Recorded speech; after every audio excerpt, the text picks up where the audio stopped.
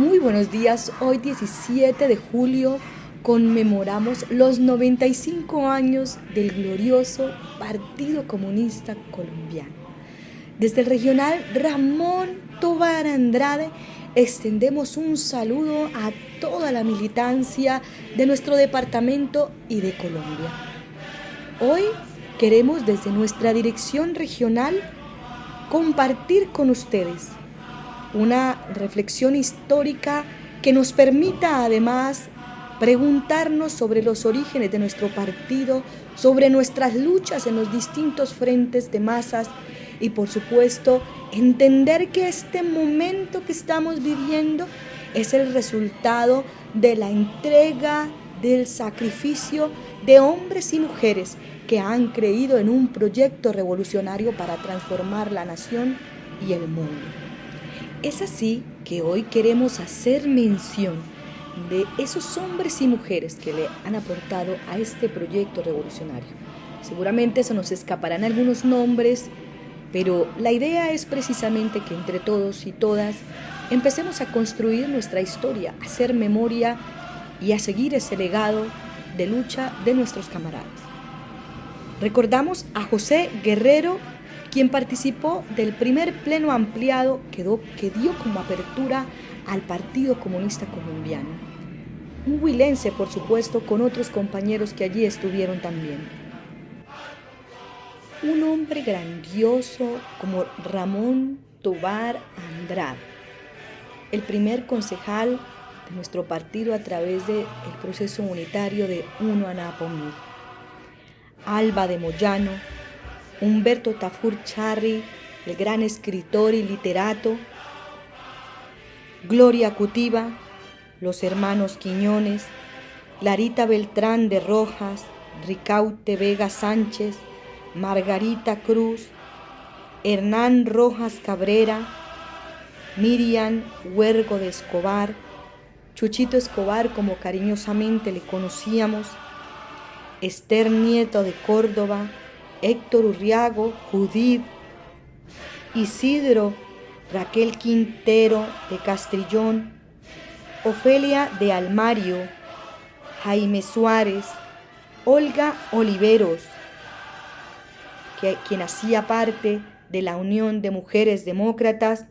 Olinda Yara, Jaime Vargas, María Eugenia, Germán León, Ligia Manchola, Pacho Barreto, Pablo Emilio Escobar Polanía, Manuel Jara padre, Manuel Jara hijo, dirigentes agrarios, Mario de Jesús Castañeda, Lucilio Muñoz, William Guzmán, dirigentes sindicales, Ricardo Márquez, dirigente juvenil, Rubertín Lemus, Wenceslao Pérez, Octavio Reina, Heriberto Saraza, Lucila Quinayás, Joaquín Suárez y otros que no nombramos en esta referencia, pero que aportaron desde la lucha y el compromiso la construcción de historia de este partido en nuestro regional. Entonces es así que nos vamos a permitir en este día glorioso leer una referencia y un trabajo histórico realizado por nuestro camarada Pablo Emilio Escobar Polanía. Y él ha hecho una investigación y un paseo por esa memoria y nos ha regalado en estos últimos días 3 textos maravillosos. Hoy vamos a hacer lectura de la primera parte, que es Cuando el mundo era nuestro. El amanecer previo al fin de la borrascosa noche pactada en Benidorm y Sitges y engañosamente aprobada en el plebiscito de 1957 como salida desesperada a la violencia que martirizaba al pueblo colombiano, antes que señalar el camino hacia la convivencia y la paz, desnudó las diabólicas criaturas que la oscuridad había revivido con el encargo de mantener y reproducir el odio, la discordia, la tensión, el miedo, la zozobra y la desesperanza, características de un país en constante tormenta política. De ahí que el pueblo raso, el de Ruana y Alpargatas, torturado por la dictadura de frac y corbatín azul, tanto como por la verde oliva y charreteras, y amordazado 12 años por el poder liberal conservador, al abrir los ojos aquella madrugada para votar en las elecciones donde se escogería el último representante de la manguala oligárquica,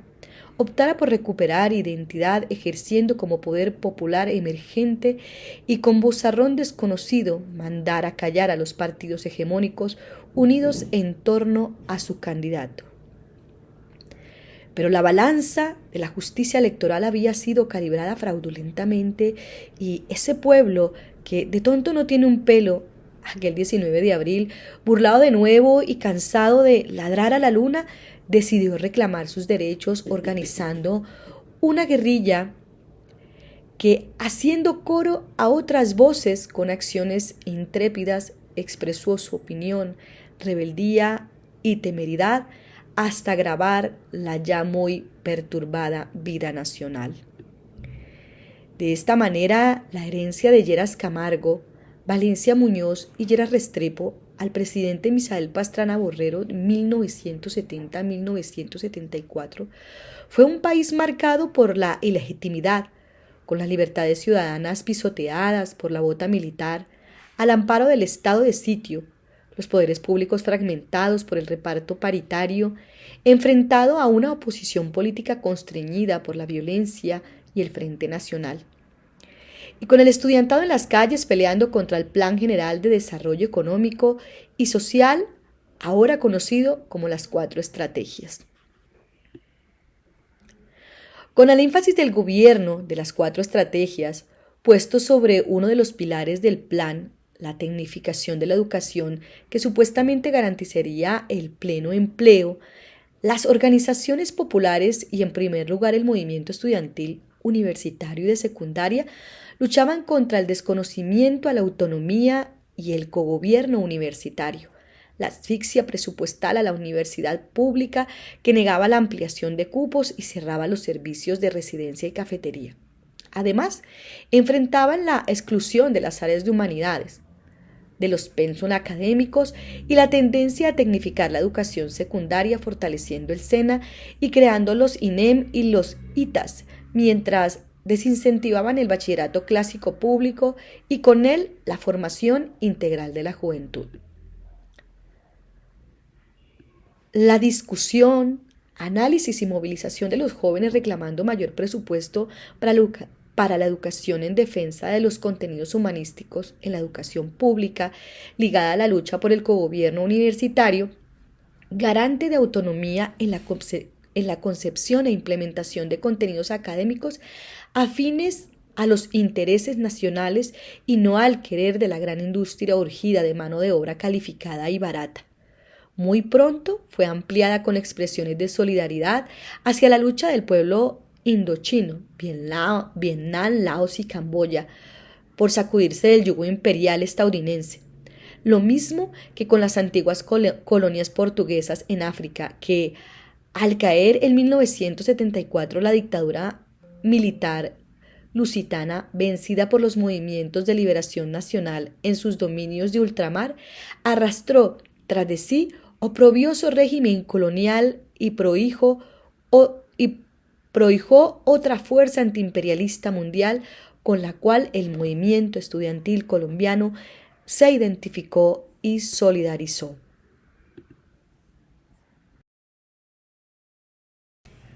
Durante este periodo, en un contexto de gran agitación y actividad popular, el Colegio Nacional Santa Librada de Neiva, titular de una centenaria y enriquecedora historia que le hizo merecer entre los huilenses el título de Alma Mater, contra viento y marea, a pesar del asesinato del estudiante Adolfo Lozada Quintero, el 7 de mayo de 1971, lanzado por la policía desde el segundo piso del plantel, de las masivas expulsiones de estudiantes y la prohibición del funcionamiento del Consejo Estudiantil, preservó la existencia de las organizaciones políticas juveniles que irradiaron su iniciativa a otros colegios públicos, diurnos y nocturnos, Los vinculó al torrente de las luchas populares y proyectó como líderes partidistas de diferentes colectividades, manteniendo su tradición de semillero fecundo de dirigentes regionales y nacionales. Así, en 1972, en aquel laboratorio de pensamiento político diverso, donde cursaba tercer grado de bachillerato, por invitación de Gonzalo Córdoba Nieto, ingresé a la Juventud Comunista de Colombia, organización que para mí no era desconocida, toda vez que en años pasados, cuando mi familia residió en el barrio La Libertad, mi padre militó en el Partido Comunista Colombiano y tras de él me aproximé al conocimiento de su propuesta política e ideológica, lo mismo que a muchos compartidarios. Por ese mismo conducto me enteré de la militancia del primo Jesús Escobar Perdomo, víctima del Consejo Verbal de Guerra de 1968, donde injustamente fue condenado a varios años de cárcel. También mi madre me había hablado del tío Wenceslao Polanía, hermano y benefactor de mi abuelo, quien pagó con cárcel su fidelidad al partido en los primeros años de la organización. La militancia en la JUCO me llevó de vuelta a los vecinos que en La Libertad, donde frecuentemente nos reuníamos, me conocieron siendo un adolescente y antes quienes ahora regresaba cursando aceleradamente un proceso de formación revolucionaria, donde el camarada Pedronel Martínez, Ludovico Lemus, Gloria Cutiva y Guillermo Córdoba Nieto, responsables de la JUCO ante la dirección regional del partido, nos transmitían sus experiencias militantes y la formación teórica que habían recibido en las escuelas del partido. Estimulados por los avances en el conocimiento de la política del Partido Comunista, el crecimiento de la JUCO en las aulas del Santa Librada nos permitió jugar un papel destacado en la conducción de un sector de su estudiantado y comenzar a incidir sobre jóvenes del Instituto Técnico Industrial, del novísimo INEN Julián Mota Salas, del Colegio Departamental Femenino y de los colegios nocturnos Manuel Asensio Tello, Francisco de Paula Santander y José María Rojas Garrido. Fue allí donde conocí y entablé inquebrantable amistad con los hermanos Guillermo, Gonzalo, Marina, Esther, Rómulo y José María Córdoba Nieto, Ludovico Lemus, Álvaro Guzmán Lara, Jairo Lozada, Sarita Acosta, María Isabel Murcia Calderón, Alfonso Vidal Caicedo, Edgar Cruz, Edgar Hernández Tapiero, Germán León Mosquera, Luis Rivera, Néstor Ariza Moyano, César Castañeda, Homer Calderón, Libardo Chilatra Velandia, Pedro Bozo, Jaime Soto Otálora, Luis Humberto Álvarez Cuenca, Gilberto Paredes, Ángel y Walter Cruz, Víctor Vargas, Alberto Santos y Jorge Osorio, entre otros no menos entrañables con quienes libramos importantes lides. La actividad militante de la JUCO y especialmente su esfuerzo por ganar posiciones en las luchas sociales a las que se ligaba y de las cuales extraía importantes lecciones teórico-prácticas,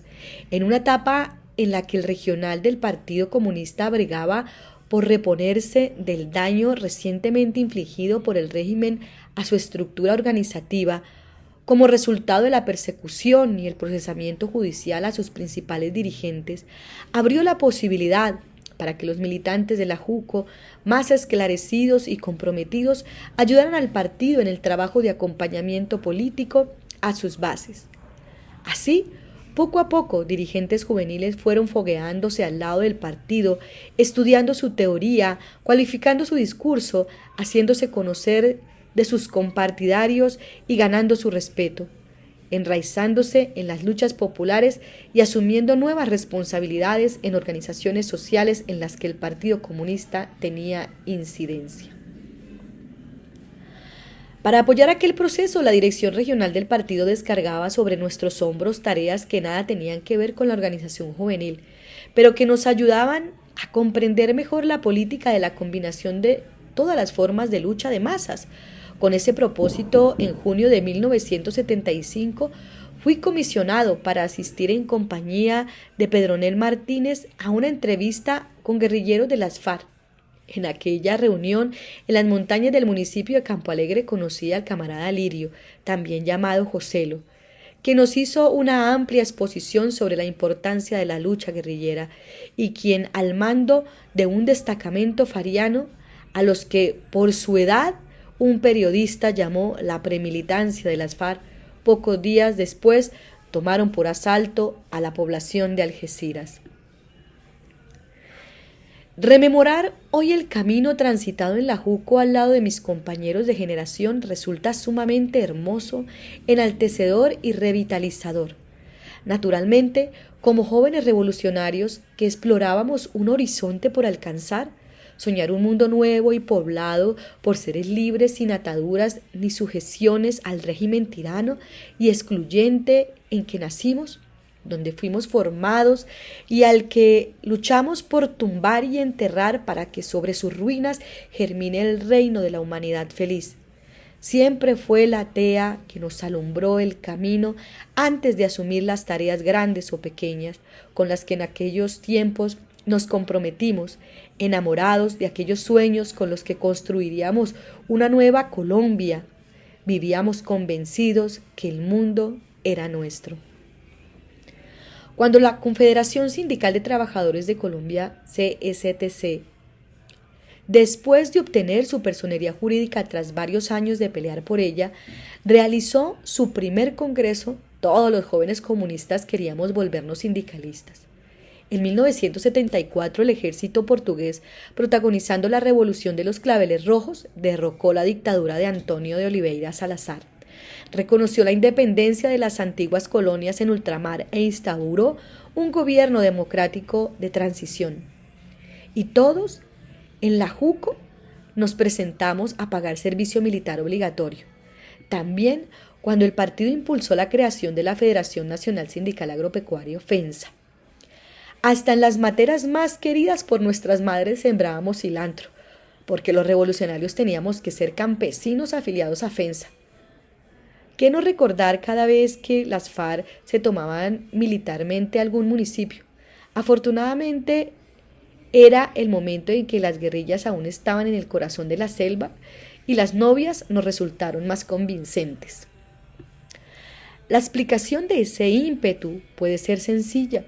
No solo nos formamos estudiando y a veces cargando bajo del sobaco a los clásicos del marxismo-leninismo y los documentos del partido, sino también que rotaron por nuestras manos y dejaron profunda huella en nuestras conciencias textos antológicos de la literatura revolucionaria. Entonces, después de leer La madre de Máximo Gorki, Campos roturados de Mikhail Sholokhov, La joven guardia de Anton Simonov, Así se templó el acero de Nikolai Ostrovsky, La historia me absolverá de Fidel Castro Rus, El comité regional clandestino actúa de Alexei Fyodorov y otros autores que recuerdan el papel de los jóvenes revolucionarios en los procesos de fundamentación de la conciencia socialista entre hombres y mujeres trabajadoras en los esfuerzos por educar al hombre nuevo y en el compromiso colectivo por las transformaciones conducentes a la edificación de la sociedad soviética. Los jóvenes comunistas queríamos hacer honor a aquel ejemplo, es decir, al compromiso militante, a la brega permanente por la superación personal, al riesgo que implica querer cambiar algo y luchar por conseguirlo. En una palabra, no nos veíamos como observadores impasibles de un proceso de avances hacia el cambio, sino que queríamos ser sus artífices, liderar la primera línea entre sus constructores y priorizando la praxis revolucionaria sobre la escuela del establecimiento, reproductora de su burocracia. Nos preparamos para luchar a cielo abierto, a brazo partido, al lado de las trabajadoras y los trabajadores de la ciudad y del campo, por la libertad, la paz y la felicidad que solo nos garantizará la patria socialista que un día edificaremos.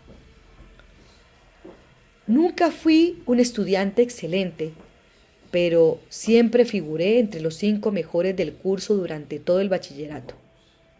Ni en la escuela primaria ni en secundaria debe repetir un grado, tampoco habilitar materia alguna. Sin embargo, cuando cursaba el último año de bachillerato, sumido de pies a cabeza en el activismo partidista y gremial, por añadidura asumí ante mis compañeros de grado,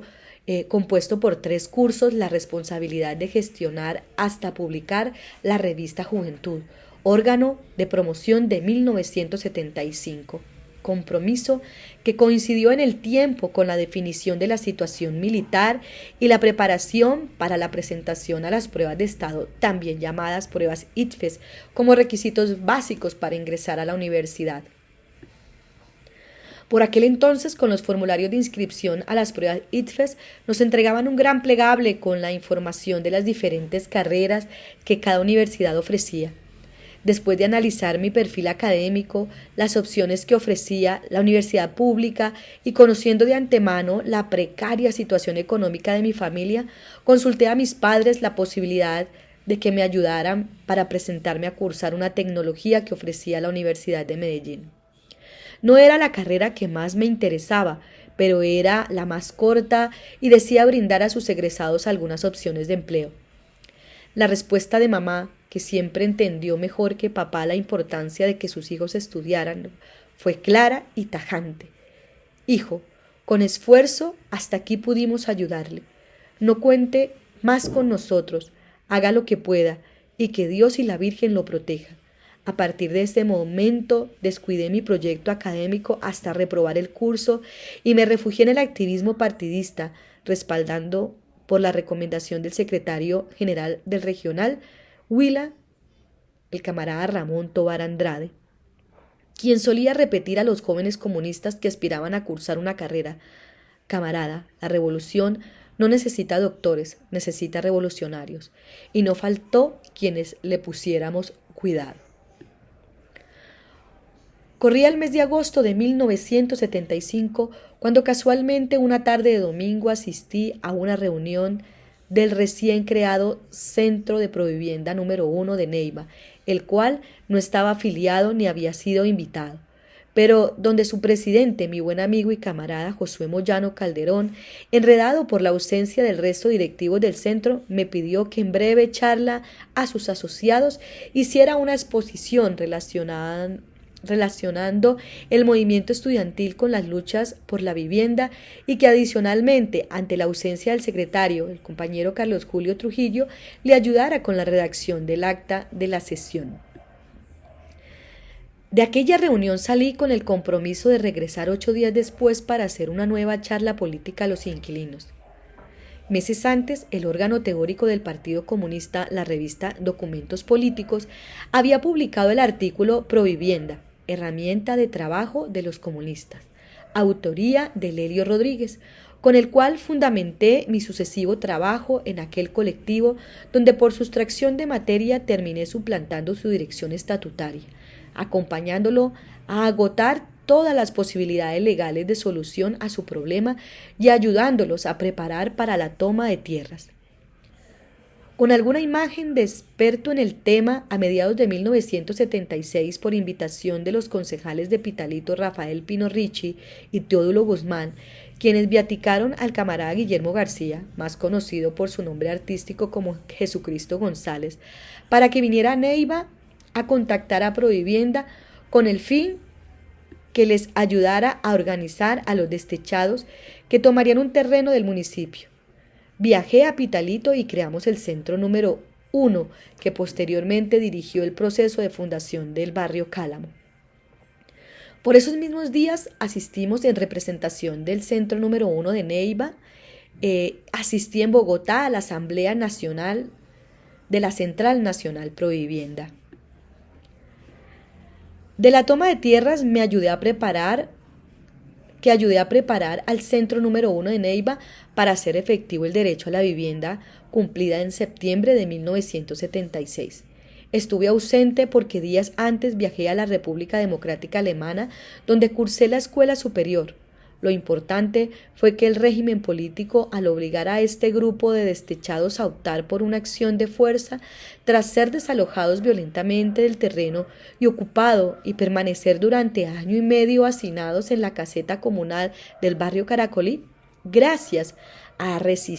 la resistencia organizada de las familias, al acompañamiento de la seccional Senapro bajo la presidencia de Jaime Soto Tálora, a la gran solidaridad popular y a la intervención del Cabildo Municipal de Neiva por iniciativa del concejal de la Unión Nacional de Oposición 1, Ramón Tovar Andrade, terminó exitosamente con la adjudicación de un lote de terreno a unas 40 familias de Provivienda, que con otros destechados fundaron el barrio José María Carbonell al norte de la ciudad.